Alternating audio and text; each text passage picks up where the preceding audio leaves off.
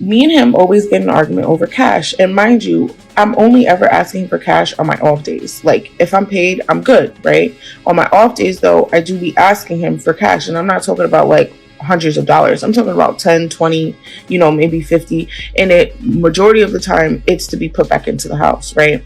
Or it's to be put to good use. Like, I'm not asking him to get my hair done. I'm not asking him to get my nails done. He doesn't even get any of that stuff done for me. Like, he does none of that for me. Like, if he does something for me, I have to ask for it. You feel what I'm saying?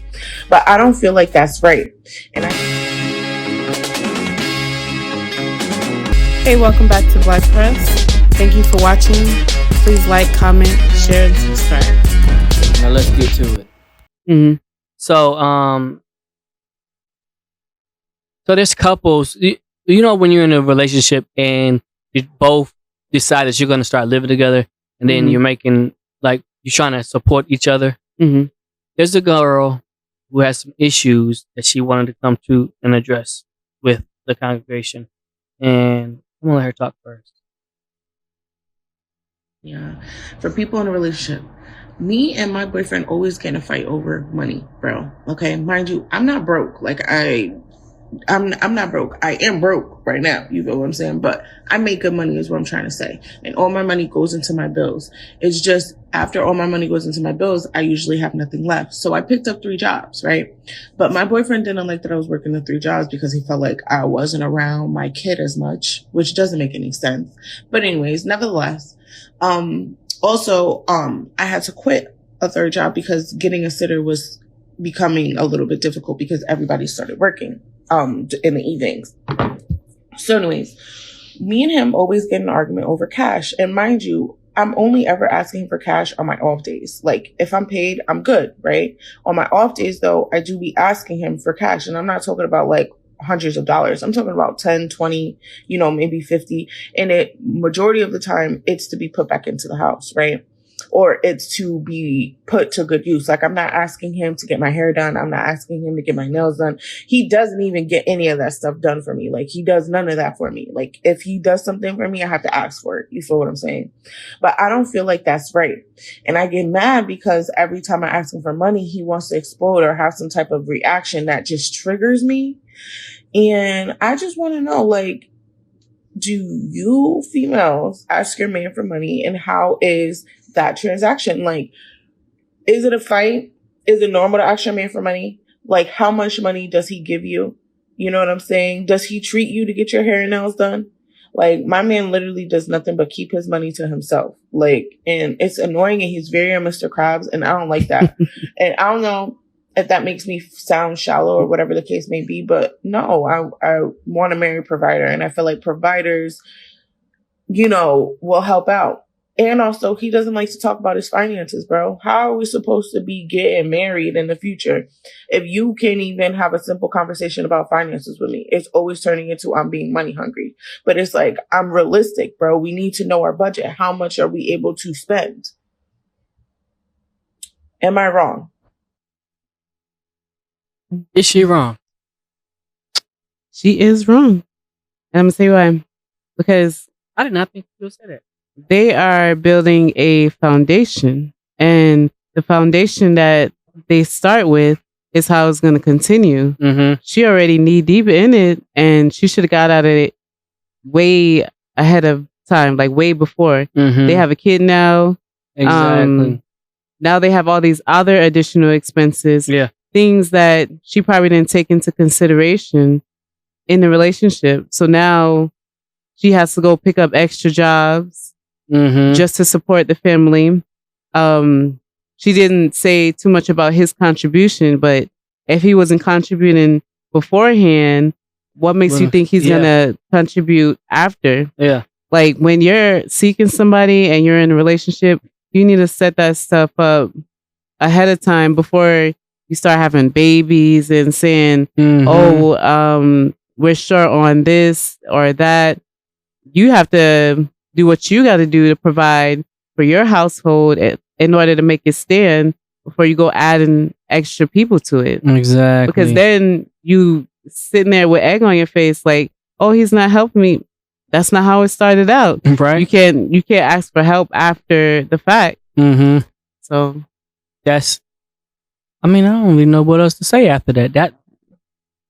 That's most of what I was gonna say. Yeah. It's like It's people don't understand it. I don't think people really understand the analogy of putting a cart before the horse. yeah. Because that's like old school, but Mm-hmm. the horse would pull the buggy Mm-hmm. or the cart. So if the cart is put before the horse, Mm-hmm. what's pulling the cart? Nothing. Yeah. The horse is standing still, waiting on the buggy to move. Mhm. When you put moving in together, having a child before getting married, yeah. you have already put yourself in a position where the cart ain't moving and the horse ain't moving. So you're just stagnant. Exactly. Mm-hmm. So that's my first thing. I was like, so, I mean, and that's a lot what everybody's doing nowadays is Mm-hmm. moving in together Just to and see then how it work seeing out. how it works. Yeah. But that's always going to end up with it not working because there will always be in a relationship something that makes you want to say, nah, I'm good. Yeah. So you can, this for her is going to make her say, nah, I'm good. Mm-hmm. But now you have a kid and then you also have a dependency on him yeah. to provide the little that he does provide in order to make the household stand up. So we put ourselves in a position where I don't want to be together, so we're not going to actually stay together, but I am too in deep to actually leave. Mm-hmm. You go too far. So then that's what it's like. I can't leave because he's paying this bit much of the rent or he's paying these bills and I can't afford not to have those bills paid. And I can't stay because he's Mr. Krabs or he's this or he's that.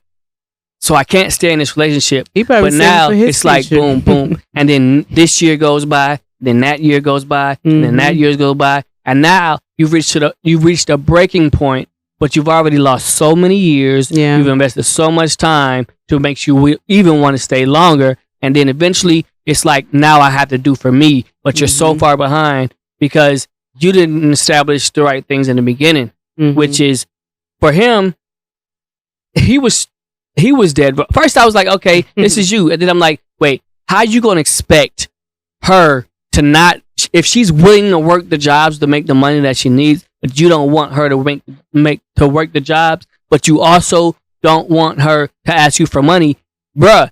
Pick one. Yeah, just she got to cut Sling low. Yeah, she has to cut Sling low because the way he is completely selfish. It's selfish. Mm-hmm. So you can't ask her to do something and then not be willing to support her on the side where she actually does what you.